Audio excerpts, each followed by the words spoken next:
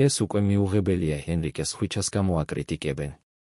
მიუნხენის ბაიერნთან მატჩში ლუის ენრიკეს გადაწყვეტილება, რომ ხვიჩა კვარაცხელიას გარკვეული დრო მარცხენას ნაცვლად მარჯვენა ფლანგზე უნდა გაეტარებინა, ბევრმა დაიწუნა. აღსანიშნავია, რომ კრიტიკოსთა შორის აღმოჩნდა ცნობილი ფრანგი ჟურნალისტი დანიელ რიოლიც, რომელიც თვლის, რომ ესპანელი მწვრთნელი ქართველ ფეხბურთელს ცუდ საქმეს უკეთებს. მისი აზრით, კვარაცხელიას საკუთარი ტალანტის სრულად წარმოჩენა მხოლოდ მარცხენა ფლანგზე შეუძლია. ენრიკეს გადაწყვეტილებებში არის რაღაცეები, რაც ჩემთვის სრულად გაუგებარია. არასდროს ვთვლიდი, რომ ნოვატორული იდეები ისაა, რაც ყველა ვარიანტში სარგებელს მოიტანს.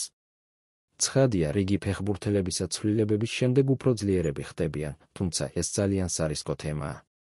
კვარაცხელიამ მარცხნიდან უნდა ითამაშოს და არა მარჯვნიდან. იმ ფონზეც კი, როდესაც ლუის ენრიკე მუდმივად ფეხბურთელების უნივერსალობაზე საუბრობს, ზღვარი ყველაფერს გააჩნია.